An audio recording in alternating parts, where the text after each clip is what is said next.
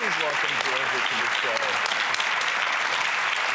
You have the most beautiful smile. Can I just say that? Thank you. I think it's called real happiness. I'm pretty happy. You are, and it shows. And I love that you're able to be here and share this story. Dr. Berman, before we go any further, do you want to just explain to our viewers what we're talking about here? What alopecia is, and I want to reiterate again for the viewers, is that this is an autoimmune disease for which there is no cure. What autoimmune means is that your body is basically rejecting itself. There's inflammatory cells that accumulate around the hair follicle, causing the hair follicle to be released. This is something that affects 6.5 million people, and I've had plenty of patients come to me with this, and it's just this thing, it's this constant. Sometimes the hair grows back, then it's gone, and so it really is a struggle. So what was the defining moment where you said, you know, forget it, I'm gorgeous with or without hair, and you just started to embrace it? What was that moment? I think it grew into a moment of keeping a secret. I work in Hollywood, so everyone's like, oh, don't tell anyone, it will ruin everything. And so I kept it a secret for a year, and it was the most miserable year of my life. I was in pain, because I was treating, I had to make up stories and lies, and that wasn't me. And at one point, I was like, no, I can't do this. Yeah. So I just, instead of just telling some friends, I made a movie and put it on the internet and told millions of people. There you go. Because I am like that. But anyway, when that happened, what I found was there were thousands and thousands of women and men waiting for a chance to say me too.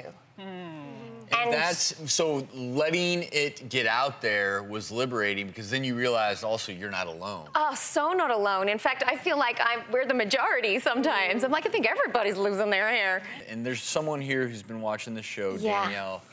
And I know, Danielle, this is hard for you, right? Yes, it is. Because you're suffering from alopecia too. I'm not suffering. I'm living with it. There you go. Part of me.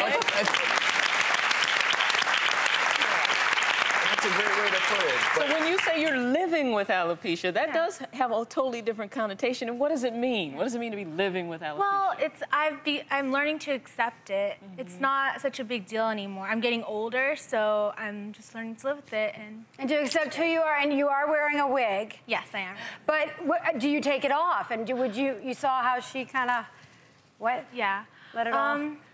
Well, I could take it off right now, but I don't take it off like at school, but I take it off at home in front of my family, with people I'm comfortable with. Daniel, come up here.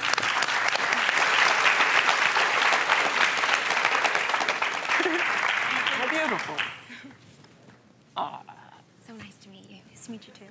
So I think the thing is, there's so many different ways to handle this. There's so many different ways to deal, and it sounds like both of you women have grown through this process of losing your hair. And what I hope for the women at home, patients of mine who are suffering from it, family members of mine, that I hope that they can learn that this can be something that you can grow from and still look gorgeous and beautiful. We are not defined by our hair. We really aren't. In fact, I think once you get used to it, being bold in public, it defines you on a new level where people admire you for being this strong. And you already, I mean, you're living with not suffering. That statement in itself says how far you've come. Totally. It's like, I want to talk to you, not someone with hair. Yeah. That's true. That's right. If I was to take mine off, would now be a good time? Yeah. You okay with it? Yeah. Okay. Let's do this. Is yours so done? Beautiful. Like, throw it to the audience.